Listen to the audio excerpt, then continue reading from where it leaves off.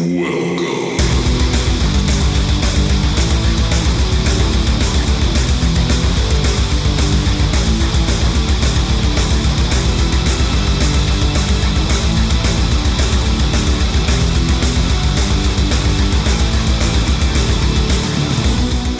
Sin MG was formed by Scott Sinclair and Keith Parsons on the south side of Chicago in 1996.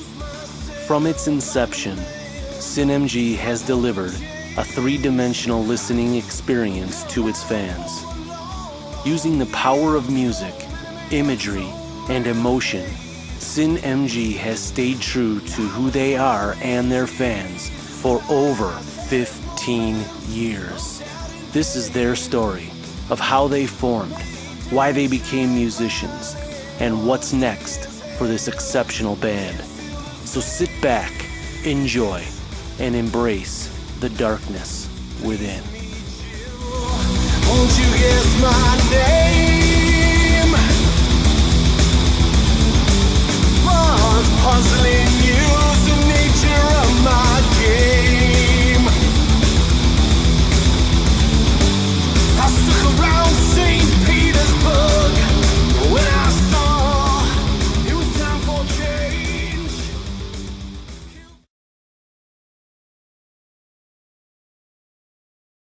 Keith and I met mid to early 90s. I was playing with two brothers, and we had a little project going on, and it was a cover project, and we were looking for a bass player. I was a bass player, and I was playing in the band, so I auditioned for this group. We brought him in, and he tried out for our little cover band, and I was like, this is the guy.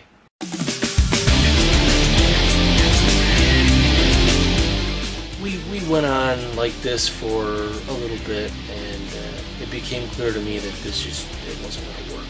I wanted to express myself a little bit differently, and I wanted to write my own songs. My passion is for writing, so I love creating. I love to make something out of nothing. And this cover band was having a hard time playing in time, and we were just kind of a train wreck. So I left the band. And then Scott and I got to start talking, and we realized that both of us were kind of headed in the same direction musically. We had an image of a group that we wanted to create, so we moved from that cover band over to my house in Evergreen Park.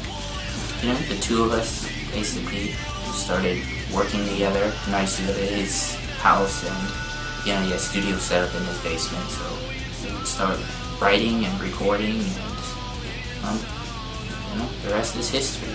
That's how Sin MG was formed.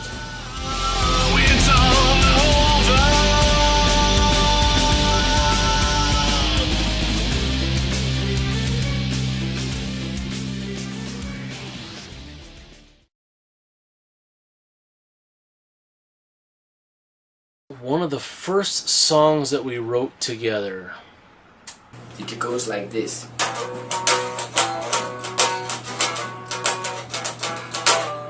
Sorry. I would have to say that the first song that we wrote together from beginning to end was Vampire.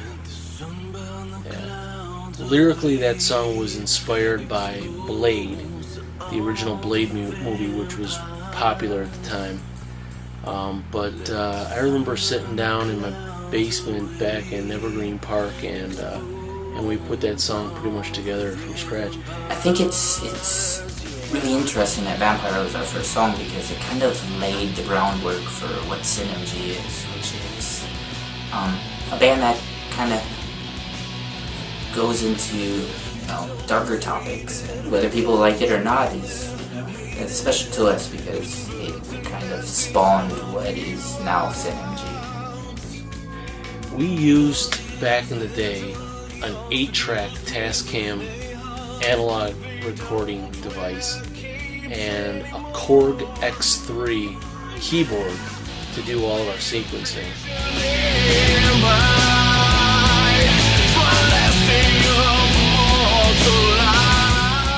So writing a song from beginning to end is a hell of a lot different than it is now.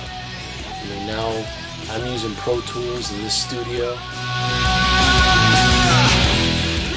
and Keith is using Cubase and Reason in his studio,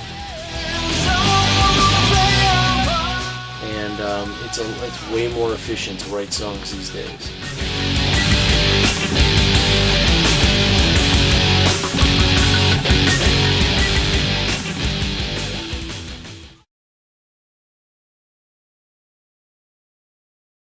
When we first put the project together back then, the name of the band was Sin the Moon God.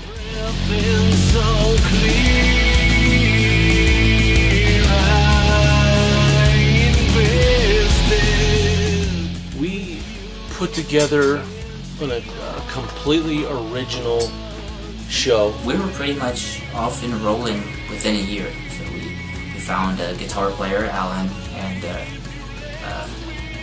high school friend of mine, John, to play drums, and we hit the circuit. We had somewhere around 22 originals that we wrote.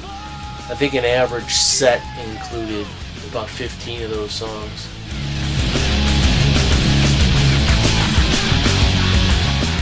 And we just started playing all the clubs in Chicago, so North Side, South Side, just wherever we could.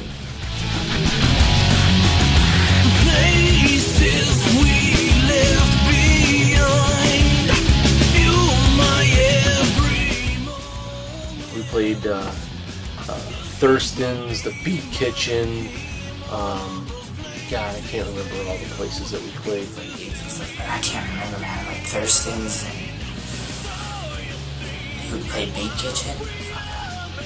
My game has just begun, yeah. Holding on to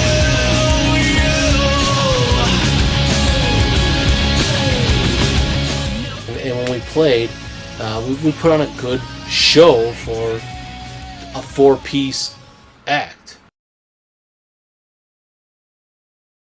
Where and when did we break up?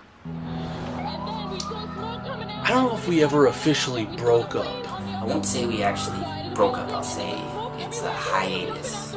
We came to a certain point, and I think I speak for Keith on this. We weren't really happy with how things were turning out as far as our live shows. I mean, there were some things lacking, and I had just met this girl that I ended up marrying, so my priorities were kind of shifting. Keith had an opportunity to go live in Japan and study and teach, and all this stuff kind of happened at the same time. We were playing these shows, and we weren't getting a ton of people to come out. The stuff we were recording in this home studio on this Tascam was okay at best. We recorded a 4-song demo at a studio, but it was really expensive. And it was just for a small time band, young, early 20s, it was really hard to make anything happen. So we kind of got burnt out. So I think it was time for us to take a little bit of a break, and we did. In about 2000, I had an opportunity to work and relocate to Japan, which is actually where my mother was from. So I have family members there, so it was just an opportunity that came up, and I thought I had to seize it. So my mother passed away when I was a child, so I lost contact with my family in Japan. And you know, I thought this is a great way for me to go to Japan, you know, work, experience the culture that, you know, I, you know, lost contact with, and actually reconnected with my family there. And the crazy thing is, you know, I moved there, left all my music back in Chicago, all my instruments and stuff, and said, you know, I'm gonna go over there, go work, and, you know, I'll focus on music later. And within a year, I was, you know, had a guitar and a band, and I was playing out there. Music was different. I was doing more of an acid jazz kind of project at the time, but, you know, music found me. We never said it was going to be the end. In fact, I'm pretty sure Keith and I left the door open. We didn't burn any bridges with each other. We never really had any. We never had any fights. We've always gotten along really well. It just got to this point where both of us, our lives were kind of turning us in different directions, and we kind of needed a little bit of a break. So we took it. I'll say it was a 5-year hiatus and not necessarily a breakup. So. After many years and different paths and all kinds of experience, one day I broke out the old 8-track, and the discs that were on the Korg X3 keyboard literally had the 3x5 floppies, and I started playing some of the old stuff. And we had a lot of good stuff. I mean, Vampire was a hit with our fans from the word go.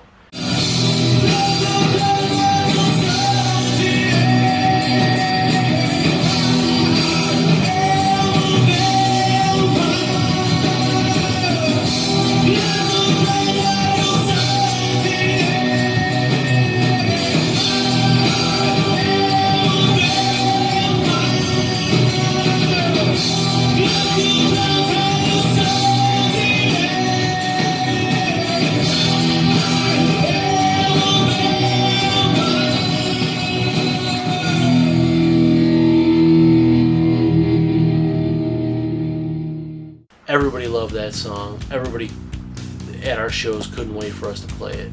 So that was a given. I mean, it was a great song that I hated to see just drift away. But you know, it was the song "It's All Over" that made me really want to get it back together. "It's All Over" and "Remember" were the last two songs that we wrote. It's all over.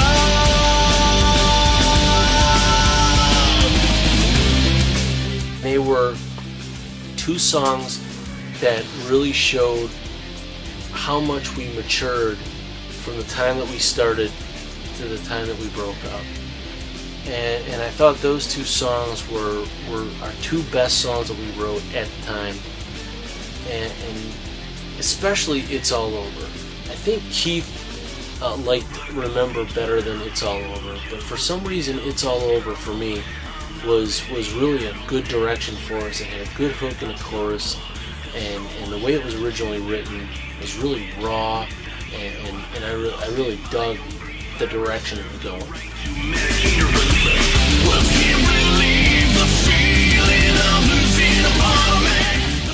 So I was listening to that song, and there was just something inside of me that says, it can't be over.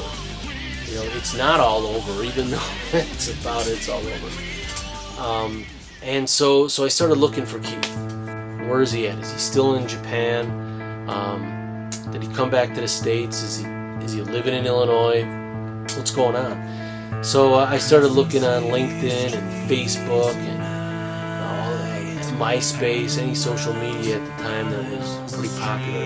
So I came back from Japan in 2005, and then I think a year or two after that, Scott and I reconnected via Facebook. So Scott actually found me on Facebook. So for all those people that not Facebook, you know, it's actually good for some things. And I found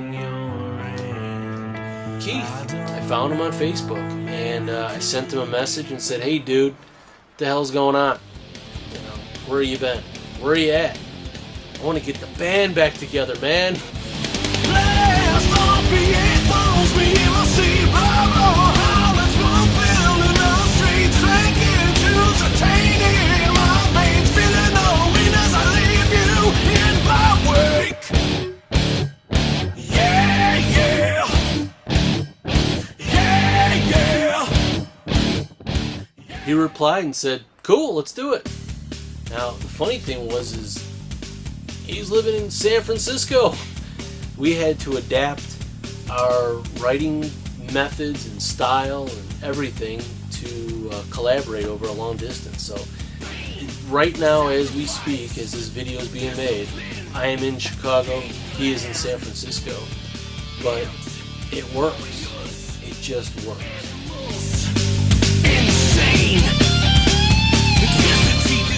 So when we got it back together and started writing again, originally the plan was, let's take all the old 22 songs that we wrote, let's readapt them for where we are today, and you know, hey, we'll have some fun with it. Maybe we'll release a couple tracks on iTunes, whatever, and that was it. But we started going, and We thought, okay, let's go back and let's redo a couple of the songs, you know, with the technology that we actually have now, because technology changed quite a bit from 2000 to 2006 or 7. So, we redid Remember, we redid It's All Over, and we redid Vampire, and that's it. The other 19 songs are still there. And from that point, we started writing new originals. you know, we basically took a song, redid it, and the weird thing is we were going to go through and redo just, you know, some of the old stuff, but for every song that we redid, we created probably 4 or 5 new ones, so the Sin MG just kind of sparked back to life, and, you know, we're still doing what we started. We never found the time to go back to any of those old songs because the new ones we were writing were a lot better in a lot of ways. We picked up right where we left off, and I think we're actually better now than we were before I left. Keith and I, from the get-go, whether we had crappy equipment or good equipment, always had really amazing chemistry together. We come from completely different genres of musical taste, and for some reason it just works together. I love what he does. I'm pretty sure he likes what I do, you know, but it just works. Our love for music, our love for creating music really helps it work. So, as we started, you know, writing newer stuff and coming out with newer songs, I think both Scott and I felt like, you know, this is new, this is fresh, this is, it's the same thing that we were doing before, but it's a little bit, you know, more modern. So, I think we both wanted to shorten the When name. we got back together,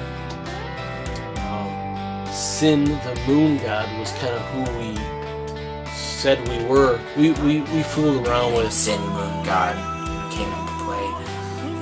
But I think later we just decided, you know, Sin MG. so that's who we are now, Sin MG. Took you in my home, gave you all I own. The tables have turned. Embrace the darkness within is just another way of saying don't deny yourself. The darkness that is one half of, you know, who we all are. You know, there's light and there's darkness, and in our life there's happiness and there's sadness. Yin and yang. There's light, there's dark. In a traditional society, most of us suppress that dark side. And what Keith and I and what Sin MG is all about is saying, you know what, don't oppress the dark side. Embrace it.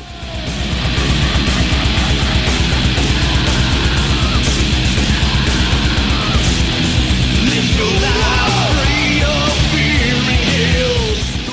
So our music is really artistic. But as an artist, I think for me, you can expand a little bit more when you deal in those darker topics. Powerful guitars, vocals, grooving bass, thumping drums. For me as a musician, it's fantastic because there's a lot more that I can explore musically when you're dealing with those kind of emotions or those kind of feelings and those kind of images, where you can go into, you know, minor keys, minor modes, you know, very dissonant sounds. You can explore, you know, sounds that you don't traditionally find in popular music. So. And for me, when we say embrace the darkness within, it means, you know, cherish all aspects of who we are as living, breathing beings. We talk about it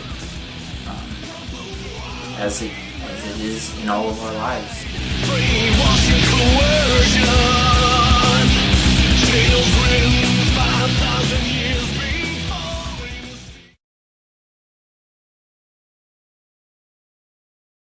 So Deception is our debut album. It is in stores now, and we're pretty proud of it. We wrote, mixed, produced, and mastered the album completely in our own studios. We decided that we're going to do 7 albums, and we're going to create our own 7 deadly sins. Each one of the albums will be named after Sin MG's version of the 7 deadly sins. So the first one is Deception. So Deception is our debut album, and it's got 12 tracks on it, 11 songs and then 1 hidden track. That's pretty interesting. But again, remember, when you're listening to Deception, when you're listening to Sin MG, we are artists. We are musicians, we are artists. And we use music as our medium on the canvas. So everything that we do is pretty deep and intense. I think we paint a picture, and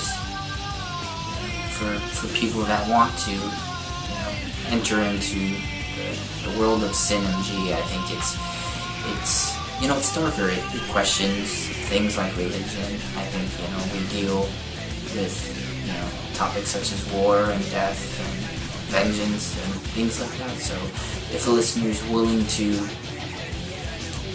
go into those topics, we'll take you there, and hopefully you'll find what you're looking for.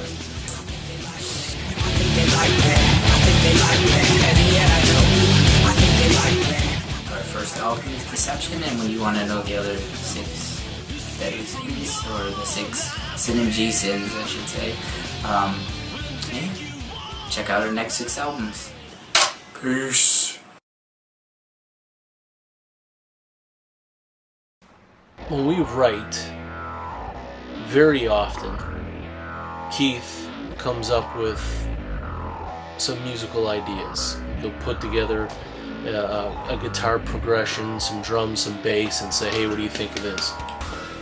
So generally when, you know, I write, I sit down and I come up with an idea or a riff or something, and then I try to identify it. So is it a, you know, is this a verse, is it a chorus, is it a bridge, an interlude, what is it? And then once I come up with that idea, then I find out where the music wants to go.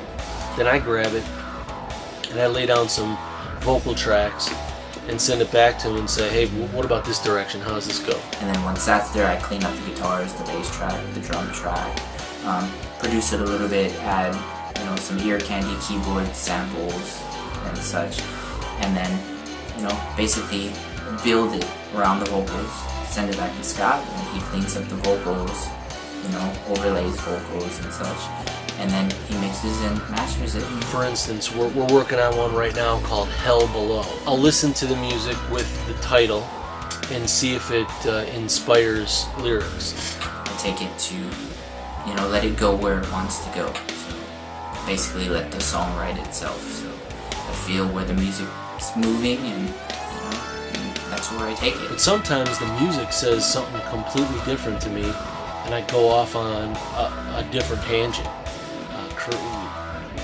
and then present it to him, and he'll be like, whoa, you know, that's awesome, it's different, let's do it. Once I hear him, then that sparks a ton of other ideas.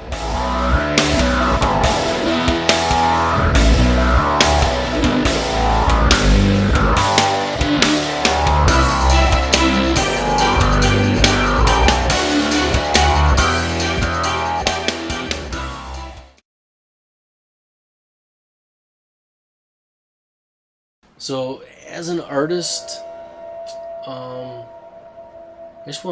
want to put out a product that expresses myself, that takes, you know, that stress and anxiety of living on this earth every day, and finds an escape for it. As an artist, I guess I'm just trying to create the best music that I can, the best songs that I can, the best arrangements that I can, and I'm putting them out there and hope that people like them. I know, you know, the genre we're in is not for everyone. I know some of the topics that we talk about are not for everyone, but I hope there's a handful of people out there that appreciate it, and as long as there are, then I'll keep doing what I'm doing. And I think Scott feels the same way, you know. We both get enjoyment out of, you know, Sin MG and creating and writing and working together, so, you know, I think this is something that we're going to be doing for a long time, and I hope we pick up some fans along the way. That's all I can hope for. Music and Sin MG for me is as much therapy as it is a way to express myself and to share that with our fans. Our fans have been super supportive and awesome, and I just want to give them something that if they're going to pay any amount of money for our music, or if they're going to spend the time listening to our stuff, that they get something. You know, they get a message. They get some meaning behind the music and the lyrics and the vocals. That for me is pretty important. And hey man, if that's not for you, then go listen to something else.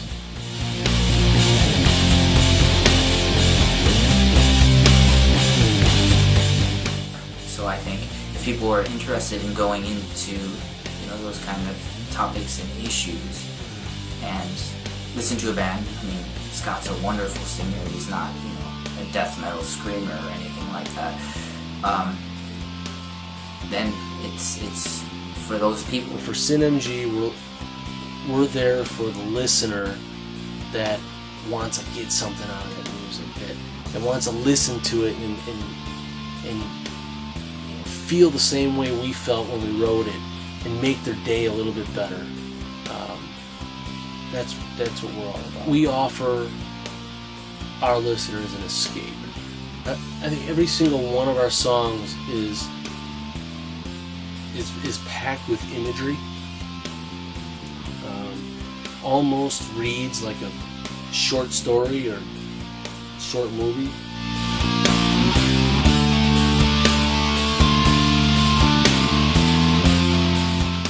We also put together a lyric book for Deception on our website that has some images in it, and as we grow, we'll definitely expand on that. I think image and music and lyric are a great combination, and I definitely see us doing more of that.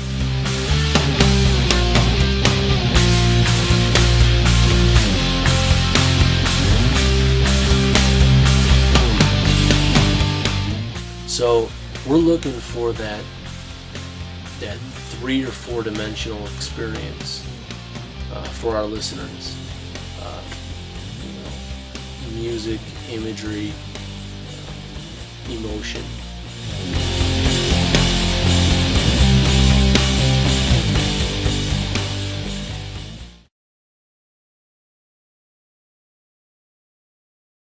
So what's next for Sin MG?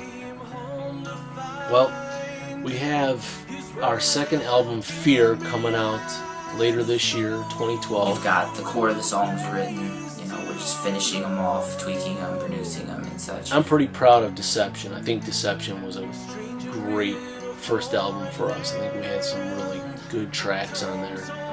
I think Fear is going to blow it away. We have some killer tunes that we've put together for Fear. I think the music keeps coming, so we're going to keep writing. So we have at least 7 albums that we've signed up for. We're making some good progress online as far as our fan base goes.